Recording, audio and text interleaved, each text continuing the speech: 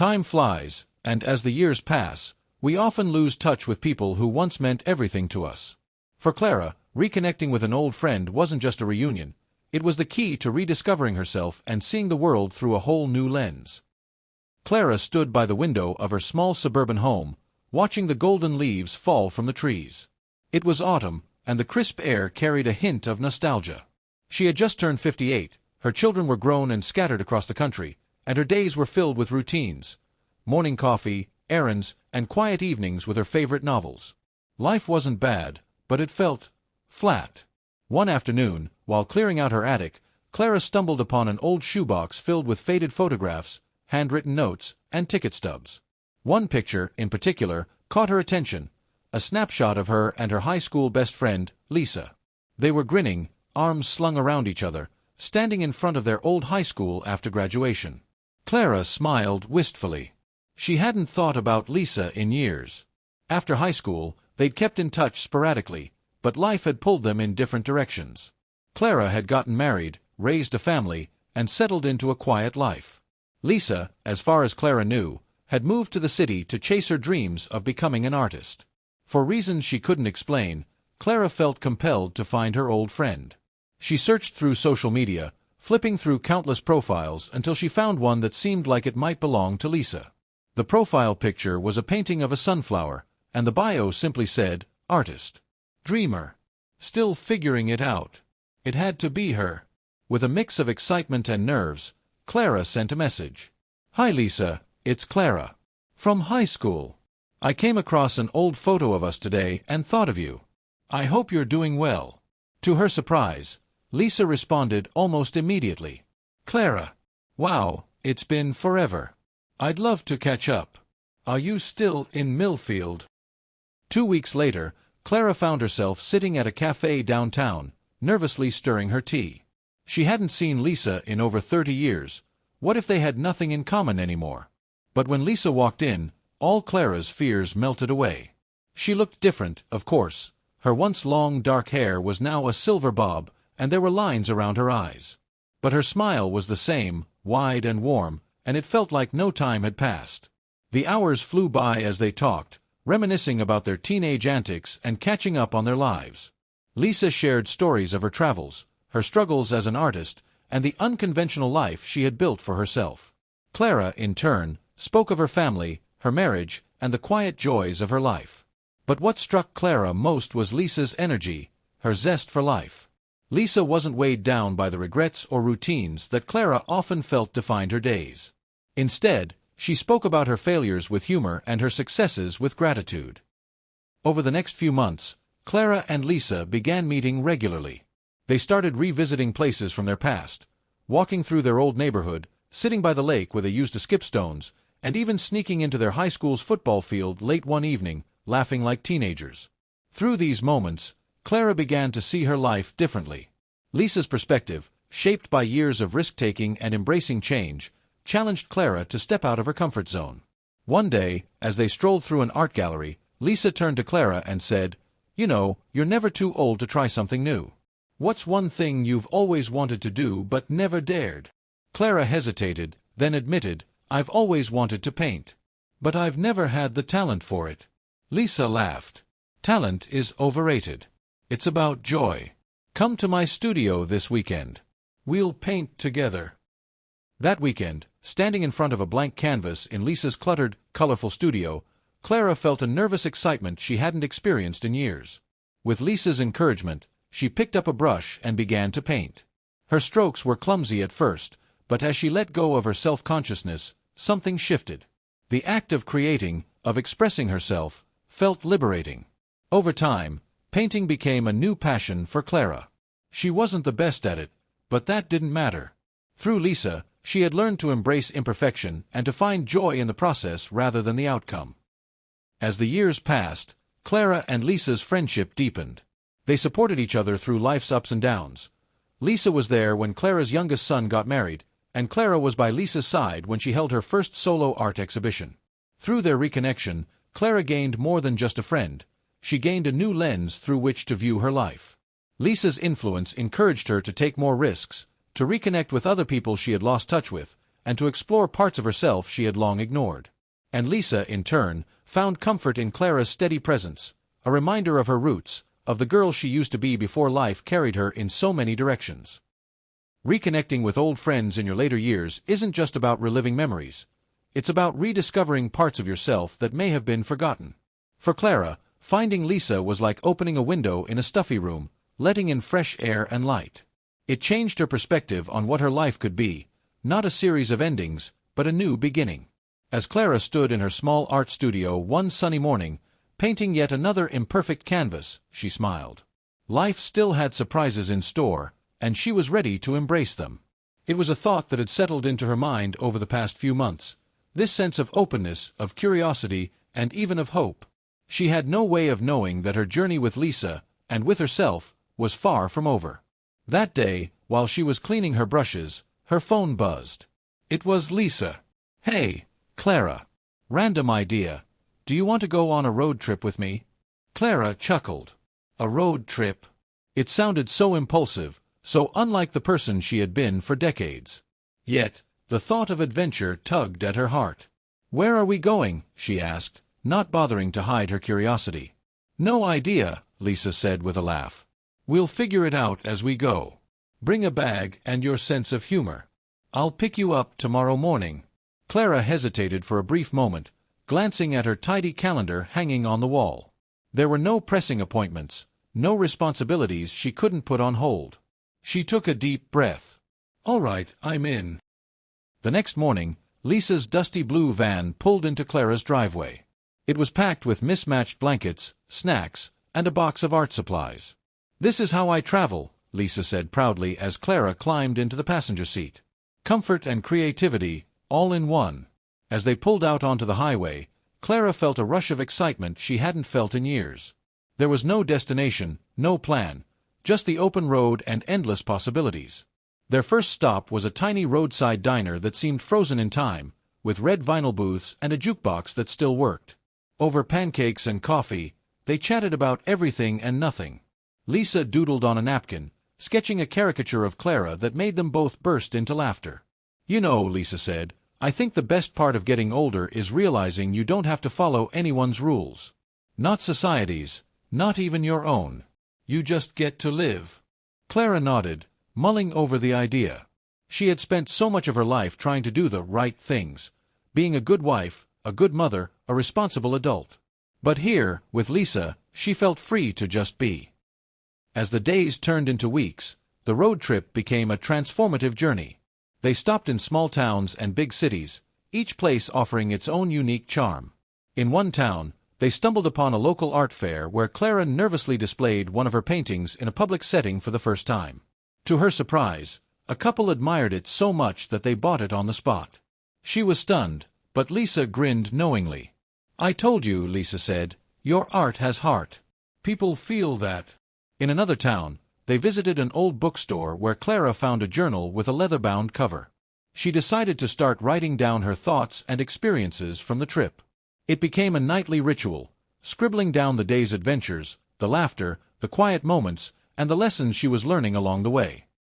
One evening, they found themselves parked by a secluded beach. They spread out blankets on the sand and watched the sun dip below the horizon, painting the sky in hues of orange and pink.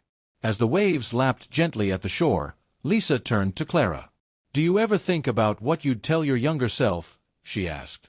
Clara thought for a moment. "I think I'd tell her not to be so afraid. To take chances, to trust her instincts, and to forgive herself for not being perfect. Life doesn't come with a rulebook, and it's okay to make it up as you go." Lisa nodded. "I'd tell mine to never stop dreaming. Even when life feels heavy, the dreams are what keep you going." They sat in companionable silence for a while, the sound of the ocean filling the spaces between their thoughts. By the time they returned home, the trip had changed them both in ways they hadn't expected. Clara felt lighter, more open to the world and to herself. She kept painting, but now her work was infused with the colors and textures of the places they had visited. Her art began to attract attention locally, and she was invited to join a community art exhibit. Lisa, meanwhile, found inspiration for a new series of paintings that combined her love of nature with abstract expressionism. The road trip had reminded her why she had fallen in love with art in the first place, because it was a way of capturing life's fleeting, beautiful moments. But the biggest change was in their friendship. What had started as a rekindling of an old bond had grown into something deeper. They weren't just friends, they were each other's mirrors, each other's cheerleaders, and each other's safe space. A year after the road trip, Clara hosted an art show in her studio, showcasing her latest works. She was nervous as people filtered in, but Lisa was there, beaming with pride. As Clara walked around the room, listening to people's reactions to her paintings, she realized something profound. She wasn't just rediscovering art. She was rediscovering herself. Toward the end of the evening, Lisa raised a toast.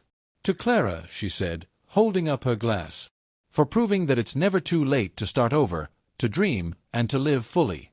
Clara felt tears prick her eyes as everyone raised their glasses. In that moment, she understood what Lisa had been trying to teach her all along, that life is not a straight path but a series of twists, turns, and detours. And sometimes, the detours lead you to exactly where you're meant to be. As the guests began to leave and the studio quieted down, Clara and Lisa sat together, sipping the last of the wine. The night sky stretched endlessly above them, and the air was filled with the hum of crickets. "You know," Clara said, "if someone had told me 2 years ago that I'd be here, doing all this, I wouldn't have believed them." Lisa smiled. "Life has a funny way of surprising us. And the best part? The surprises aren't over yet." Clara smiled back, her heart full of gratitude and hope. She didn't know what the future held, but for the first time in years, she wasn't afraid to find out. The following weeks passed like a quiet symphony. Clara settled into her new rhythm of life, painting in her studio during the mornings and journaling in the evenings. But there was a new vibrancy to her days, a feeling that she was part of something larger, that the world was a canvas waiting to be explored. And though she cherished the calm of her daily life, she also knew Lisa's influence would inevitably pull her back into adventure. One crisp October afternoon, Clara received an unexpected email. It was from a gallery in a nearby city, one she had visited with Lisa during their road trip. The curator had seen her work at the community art exhibit and wanted to feature it in a group show. Clara read the email twice, her hands trembling. It felt surreal. She called Lisa immediately. "Lisa, you won't believe this. I've been invited to showcase my paintings at a gallery." "A real gallery?" Lisa's laughter rang through the phone. "Of course I believe it, Clara. I've been telling you all along. Your work deserves to be seen." "I'm nervous," Clara admitted. "What if people don't like it?" "Let them not like it," Lisa replied. "Art isn't about pleasing everyone. It's about expressing yourself. And you've already won by taking this step." As the gallery show approached, Clara poured herself into her work. Her once small studio transformed into a hive of creativity, with canvases of all sizes leaning against every available surface. The pieces she chose for the show weren't just paintings, they were fragments of her journey. A vibrant sunset from the beach trip with Lisa. A soft, abstract piece inspired by the quiet mornings she spent journaling. Even a whimsical painting of Lisa's van found its way into the collection. When the night of the show arrived, Clara stood in the gallery, dressed in a flowing navy dress, her heart pounding. The space was filled with people, some strangers, others familiar faces from the community. Lisa was there, of course, her presence a steady source of comfort. As Clara watched people move through the gallery, pausing to study her work, she felt something shift inside her. These weren't just her paintings anymore. They were stories, conversations, connections waiting to be made. Toward the end of the evening, a young woman approached Clara. She looked nervous, clutching a small notebook in her hands. "Hi," the woman said softly. "I just wanted to say that your painting of the sunset really moved me. It reminded me of a trip I took with my mother before she passed away. It brought back so many good memories." "Thank you for that." Clara's eyes filled with tears. "Thank you for sharing that with me. It means so much to know that my work could resonate with you." As the woman walked away, Clara turned to Lisa, who was standing nearby with a glass of wine in hand. "This," Clara said, her voice trembling, "this is why it was worth it." Lisa smiled. "Told you. Art connects us in ways we can't even imagine." After the gallery show, Clara's world began to open up in ways she had never anticipated. She started receiving invitations to participate in other exhibits and was even asked to teach a painting workshop at the local community center. Teaching was something she had never considered before, but the idea excited her. She wanted to share what she had learned, not just about painting, but about embracing life's uncertainties and finding joy in the process. The workshop became an unexpected success. People of all ages attended, from young children with paint smudged on their cheeks to retirees eager to explore a long-dormant passion. Clara found herself thriving in this new role, guiding others and watching them discover their own creative voices. One evening, after a particularly lively class, a man in his 60s approached her. He introduced himself as David, a retired schoolteacher who had recently taken up painting. "You know," he said, "I've been coming to this workshop for a few weeks now, and I just wanted to thank you. I lost my wife a few years ago, and I've been struggling to find a sense of purpose. But painting, it's brought me a kind of peace I didn't think I'd feel again. And your encouragement has been a big part of that." Clara was deeply moved. "Thank you for telling me that, David. It means more than you know. I'm so glad you're here." As the years rolled on, Clara's life continued to evolve. She and Lisa remained inseparable, their bond growing deeper with each passing year. They planned another road trip, this time venturing farther, exploring the mountains and deserts they had always talked about seeing. On one of those trips, Lisa confided something that took Clara by surprise. "You know, Clara, reconnecting with you changed my life, too," Lisa said as they sat by a campfire under a canopy of stars. Clara raised an eyebrow. "Oh, come on. You were already living your best life before we reconnected." Lisa shook her head.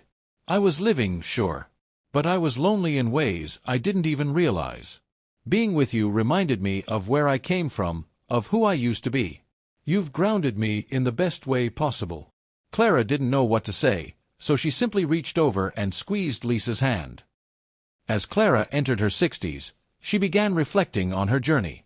What had started as a simple reconnection with an old friend had blossomed into something far greater, a rediscovery of herself, her passions, and the limitless possibilities of life. One evening, while flipping through her old journal, she came across an entry from the early days of her road trip with Lisa. It read, "I don't know where this path will lead, but for the first time in years, I'm excited to find out. Maybe that's all we can ever hope for, to stay curious, to keep moving forward, and to hold on to the people who remind us of who we really are." Clara closed the journal and looked out the window of her studio. The sun was setting, casting the room in a warm, golden light. She smiled to herself, feeling a quiet certainty she hadn't known before. Life wasn't about arriving at a final destination. It was about the journey, the twists and turns, the friendships that shaped her, and the courage to keep creating, keep exploring, and keep embracing the unknown. And for Clara, the journey was far from over. Though her days were richer and fuller than she ever could have imagined, life, as always, had its way of weaving in surprises. Some were joyous, some bittersweet, and some demanded more courage than she thought she had left to give. One chilly November afternoon, Clara received a letter in the mail. It wasn't the usual bills or advertisements, but a handwritten envelope addressed to her in looping cursive. Opening it, she was stunned to see it was from Eleanor, another friend from her distant past. Eleanor had been part of Clara and Lisa's tight-knit group in high school but had moved away during their senior year, disappearing from their lives entirely. The letter was warm and apologetic, filled with memories of their teenage years and stories of Eleanor's life since. She explained how she'd lost touch with everyone after moving across the country, but had recently come across Clara's name in an article about her art show. Inspired, Eleanor wrote to say how proud she was of Clara, and to ask if they could meet again. Clara's heart swelled as she read the letter. She shared it with Lisa over tea that evening, and Lisa's reaction was immediate. "We have to meet her," she declared, her eyes lighting up. "Let's bring Eleanor back into the fold. Just imagine the three of us together again. It'll be like no time has passed." Clara, always the cautious one, hesitated. What if things are different now? What if we don't have anything in common anymore? Lisa scoffed. "Of course things are different. We've all lived entire lifetimes since high school. But if Eleanor feels a pull to reconnect, there's a reason for it. Trust me, Clara, some friendships are worth rediscovering." A month later, the reunion happened in the form of a lunch at a quaint bistro halfway between their towns. Clara and Lisa arrived early, nerves buzzing between them like static electricity. When Eleanor walked in, they recognized her immediately. She had aged, of course. Her once dark hair was now streaked with silver, and there was a hint of weariness in her eyes, but her warm smile was the same. The three women embraced, tears in their eyes, and settled into a booth by the window. Conversation flowed easily as they caught up on the decades they had missed. Eleanor shared stories of her career as a nurse, her marriage and divorce, and her children, now grown and scattered. Clara and Lisa filled her in on their own adventures, from their road trips to Clara's blossoming art career. As the hours slipped by, they realized something profound. While their lives had taken wildly different paths, the bond they had shared in their youth still remained, waiting patiently for them to return to it. Eleanor's return to their lives brought a new dynamic to their friendship. She had a pragmatic, grounded nature that balanced Lisa's free-spirited energy and Clara's introspective tendencies. The three of them began meeting regularly, sharing meals, stories, and laughter. Eleanor even joined Clara's painting workshops, surprising them all with her hidden talent for watercolors. One evening, as they sat in Clara's studio sipping wine, Eleanor confessed something that had been weighing on her mind. "I haven't been honest with you both," she said quietly. "I wrote to you because I've been diagnosed with early-stage Parkinson's." The room fell silent. Clara and Lisa exchanged worried glances before Clara reached out, placing a comforting hand on Eleanor's. Eleanor gave a small, sad smile. "I don't want you to pity me. I wanted to reconnect before things got harder. I wanted to make sure I didn't lose the chance to be with the people who mattered most to me." Lisa, ever the optimist, leaned forward. "Then that's exactly what we'll do. We'll make the most of this. We'll create new memories, go on new adventures, and we'll face whatever comes together." Eleanor's eyes filled with tears. "I knew I could count on you too," she whispered.